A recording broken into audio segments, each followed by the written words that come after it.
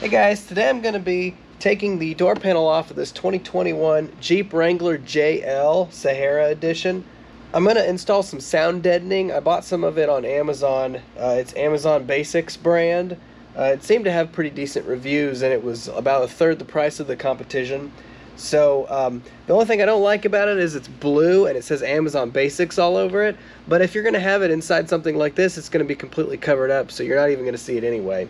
I bought a whole pack of that stuff to use throughout this Jeep just to kind of help with some of the sound deadening. We'll see how well it works. I don't know. I'm still in the process of installing it, but I just did this to the other side, and so I wanted to take a quick video and show you guys what it takes to take this off and actually get some of that in there. So the tools you're going to need is you're going to need a pick to remove this plastic piece. You're going to need a T30 and a T15 Torx bit for the various bolts. You're going to need a trim removal tool. The one I have is metal, so I wrapped it up in masking tape just to kind of help prevent scratching any of the metal. A pair of pliers. If you want to make the job go a little bit easier, get yourself an impact driver also. We'll start by removing the plastic piece here with your pick tool. You just stick your pick up in there and pop it right out. Then take your T30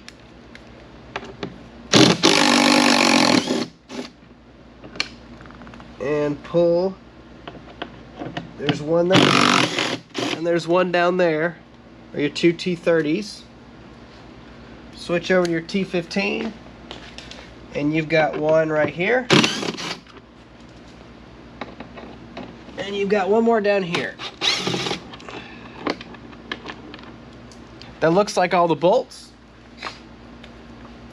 We'll find out if it really is. I'm going to go ahead and remove the wiring connector too, just to make it a little easier. You just pull that plastic piece straight out. It falls. There's a quick connect. Then it comes out like that. I'll just tuck it down in there. I'll probably have to, I think the wiring goes actually under this, so I'm going to have to leave it hanging out like that. Okay, so now is the interesting part. They've put really strong tabs behind this in multiple spots. Really strong. I've done a lot of door trims before and never had one as tough as this. So you got to be pretty confident, and eventually you'll get it to pop off. If you look, you can sometimes find them, and so you can go right, like there's one right there, so go right by it. There we go. See, you saw how much force that took. So I'm gonna go, let's see, I got that one. There's one. That first one seems to be the hardest, just because you're nervous about breaking something, and so you don't want to give it the full force that it requires.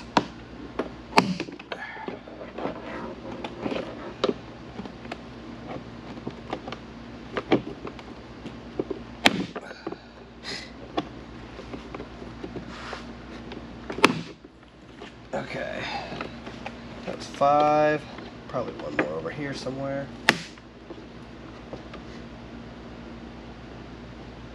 Yeah, there's one about halfway up this one.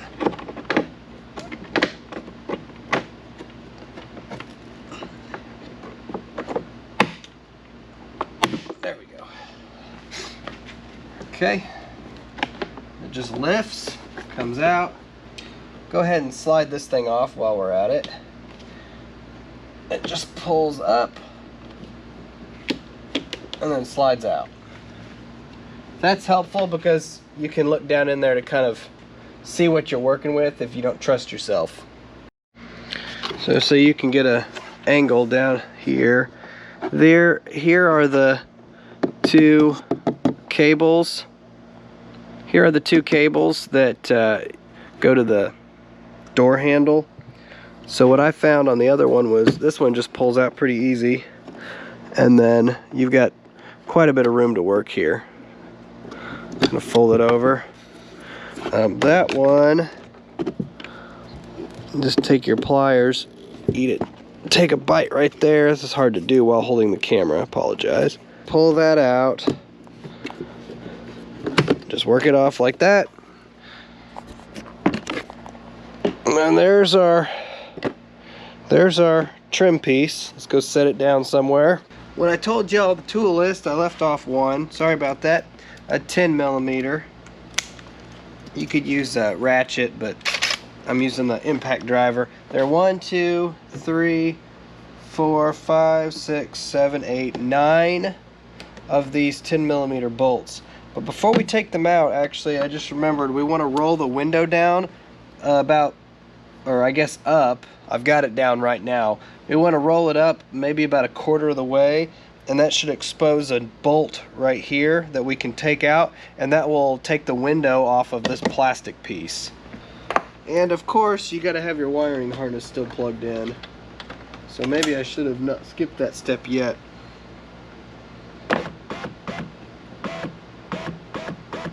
There we go.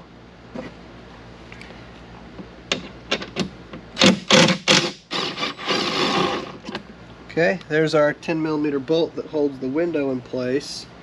Now what you're going to want to do is get this window pulled. There's like a little detent or something like that. I don't know what the word you would use is. Think of a triangle that clips in on the bottom of that. You have to lift out, pull out a little bit on it, and then start sliding the window up. Let me raise the camera a little bit there.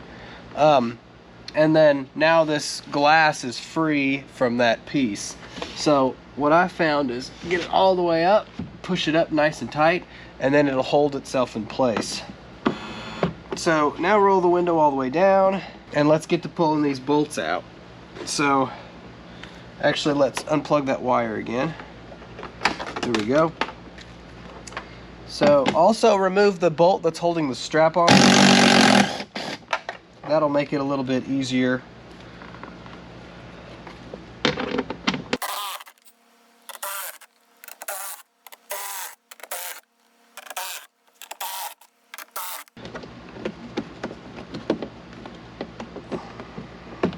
Okay, this part's a little different because, like I said, we already got the. You know, I'm wondering. I struggled with this on the other one, but I'm wondering if I took this off, these 3 bolts, if this whole thing would come out. Now this is sealed. It's got some kind of gasket that goes all the way around it. So it seems to be, it's got this little rubber piece here. You know, like I said, it seems to pretty much be sealed pretty well from the factory. But I'm going to install that sound deadener anyway, just because I have some. It does kind of help with the, it helps change the tone, supposedly, of the road noise. So it takes it from more of a high pitch to a low pitch, which makes it harder to hear, less audible, and less annoying. Alright, let's see if this works. This is kind of an experiment. This is a T30.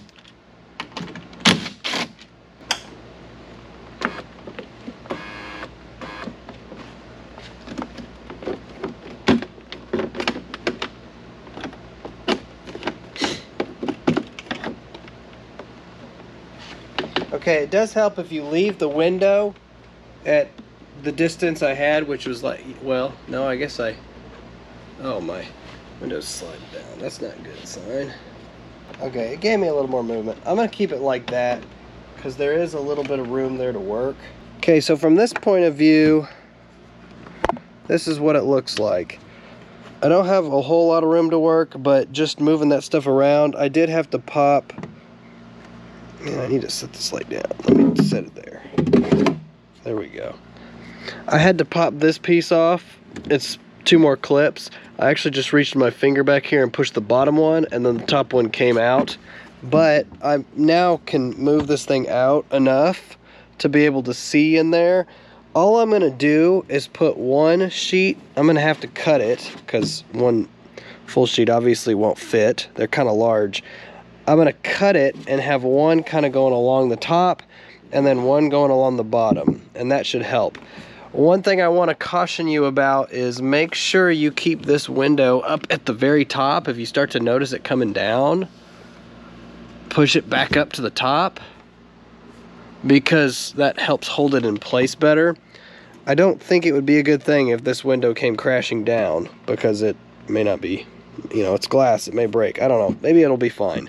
But anyway, here's a view of what these door panels look like. They do have that little insulator foam or whatever in the steel to probably try to reduce the vibrations, but there's no sound deadening mass in here, probably because they're trying to keep the doors light so that they can be taken off. And it is a Jeep, people don't buy them for quiet road, but you know, I'm gonna see what I can do. That's why you get these things to customize them, right? So here's the stuff. It cuts fairly easily with a knife.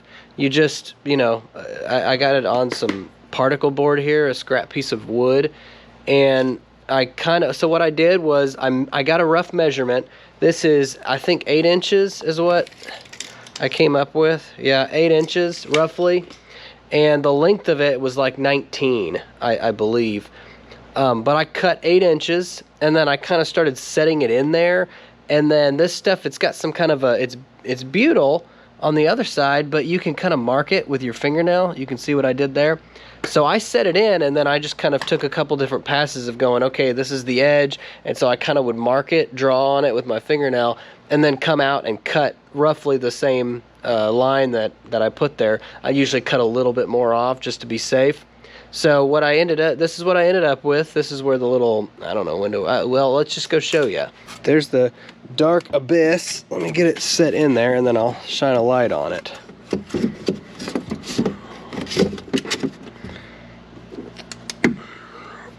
There, I've just got it roughed in right now. I set it there, push it all the way against the back. There's a little cutout for that regulator, and then this side is going to go up to the top, and then it gets behind all that stuff. There's a little extra play, but that's okay. I think I read, or someone said, I don't know, somehow I heard that you're going for 60% coverage or so, and then this stuff will be, I think even a little bit of coverage, it's effective, but 60% you're getting a good amount of dampening. Here they are done. I got the bottom one and the top one in.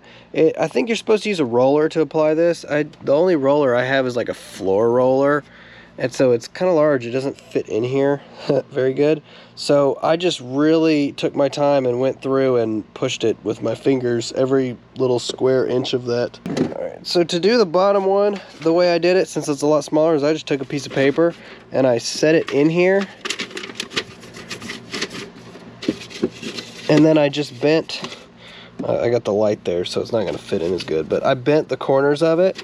Then I just took this out with it bent and transcribed it to that material. Cut it, stuck it in here, and it fit really well. So there's like a little spot here that's not covered, but again, the majority of it's covered. So now I'm going to work on putting this back together. One other quick note is observe that there are drain holes at the very bottom. You don't want to cover those drain holes up. So now I've got that stuff on there. I'm not exactly reviewing what that sound deadening stuff does or how well it works. This is my first experience with it, but I can notice I've done it on this back door. I've not done it on this front door.